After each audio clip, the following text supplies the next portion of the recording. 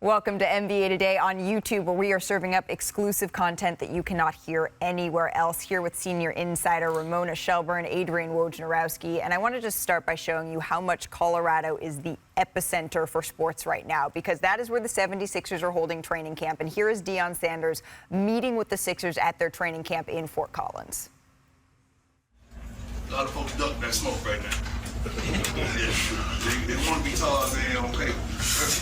Don't sell me the game that this is what I'm going to get, but then when I turn on the TV, I don't get that. I don't like that. Give me that. If B playing the Joker, I want to see B versus the Joker, all right? I want to see that. And he goes and get it, right? I love it. I love the matchup, but I want to see it. That's what I want to see. That's why I stayed up.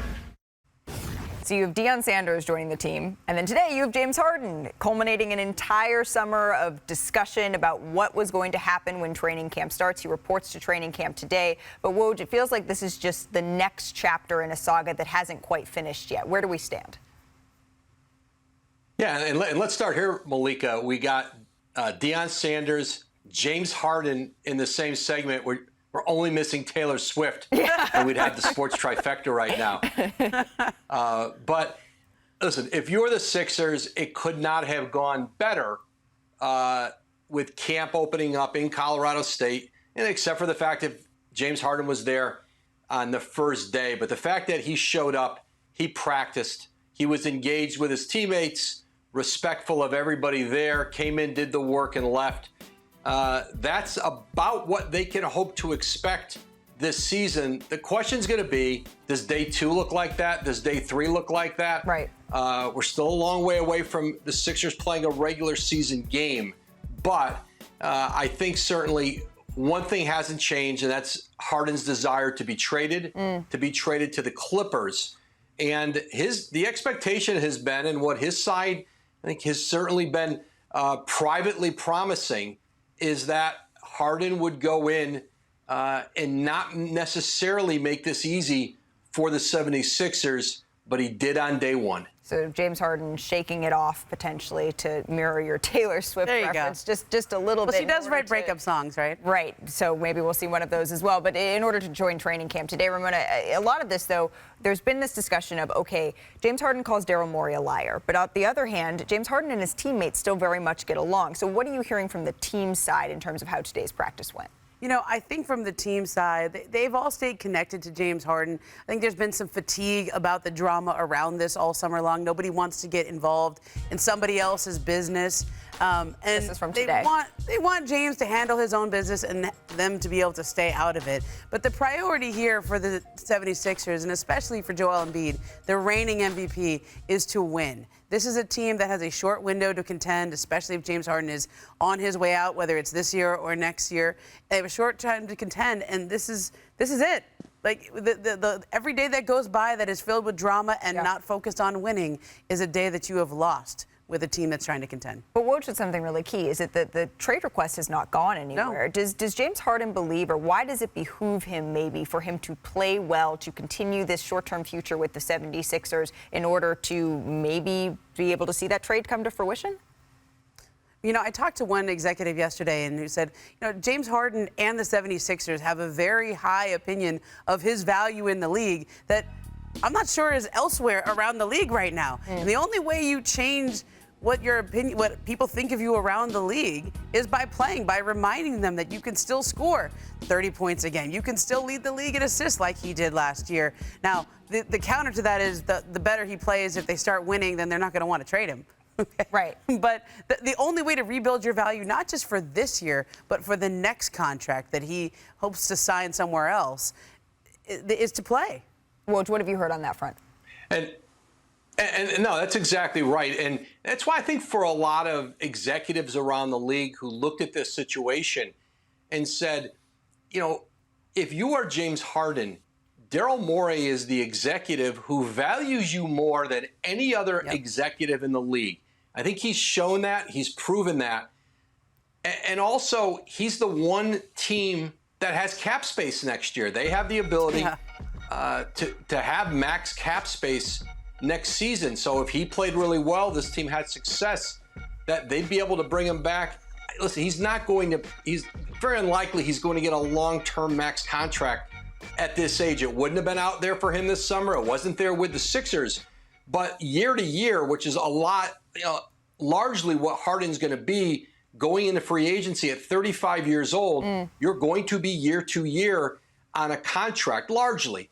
And so I think even if it was the Clippers trading for him, it's still sort of a rental. The Clippers are going to see how that would go. But also, are they going forward with the rest of their core guys? Are they going to sign them to extensions?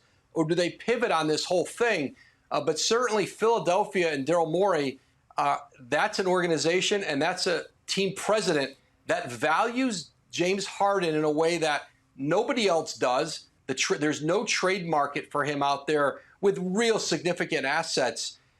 But James Harden is angry at Daryl Morey. That hasn't changed. That hasn't gone away. And it may not for as long as he's in that uniform. I think what's interesting with the whole saga that we've been through on James Harden is how much money he has left on the table. A lot. There was a max extension on the table in Houston before he asked for a trade there. The Brooklyn Nets talked about a max extension with him there. There was the signed, sealed, delivered quote from Sean Marks that he expected Kyrie Irving and James Harden to be, by the start of his camp, to be signed, sealed, and delivered. Now, that comment at the time was more because Kevin Durant had said yes. The idea was for all three of those guys to sign and be on the same time frame and be the three superstars in Brooklyn. Those are max contracts that you said no to. And he didn't say no to the Brooklyn Nets. He just said, I need to think about it. I want to be a free agent.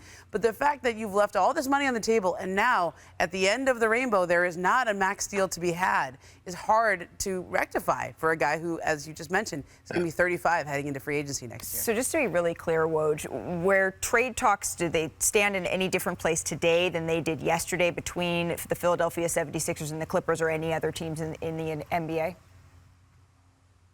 No, they're where they are right now, which is, the Sixers have talked to the Clippers recently. Okay. But the Clippers are not in a position now where they're going to raise their offer and offer certainly significantly more based on the fact that, number one, they're bidding against themselves. There's no other team out there that is offering, that's making a real offer for James Harden. And number two, if you're the Clippers, the idea that you would wait all summer and then up your offer right when James Harden gets to camp, and unrest begins, the distractions come, perhaps maybe something of a circus still looms out there. It didn't happen on day one. You're going to let that play out. You're just not going to bid against yourselves.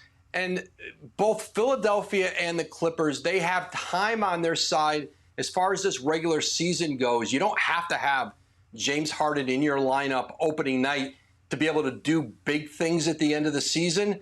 So I think that suggests that this is going to continue to play out over time and maybe all the way to the trade deadline. So let's end here because we can't talk about James Harden without talking about Joel Embiid. This is his team. This is his franchise. And, of course, there's always the eyes towards, okay, well, what happens next year? What happens in 2 years if this sort of discussion continues where you had James Harden now, but you had Ben Simmons before? What is Joel Embiid's mindset right now, Ramona? I had a chance to talk to the Sixers owner, Josh Harris, for a story that published last week. And he said flat out, I talked to Joel Embiid about all this stuff because that's something he's learned throughout his 12 years as owner there, which is you have to get his opinion on everything. You need to feel what the star player is feeling, what the GM is feeling, what the coach is feeling. And I think the door is open, but they have a plan which they've set forth, which is to retain as much salary cap space as they can for next year. They didn't sign guys beyond this year. They have expiring deals that come off the bench. They're operating as a team that can take players into that salary cap space via trade, which I think could happen later on this year as teams look at that second apron and decide which players could be casualties of having to get under the second apron. But it is a risky strategy. And Joel Embiid knows where their strategy is. He understands what they're trying to do, but they've got to pull it off. The team has to win, and they've got to pull that strategy off because he says every interview when he is asked, his talking point is pretty clear. I want to win. I want to win, and they need to put a team around him that's going to do that, Woj. No, that's right, Malika. And I think there is an urgency you saw it with Milwaukee, the trade they made for Damian Lillard. Absolutely. You know, based on the urgency around Giannis Antetokounmpo.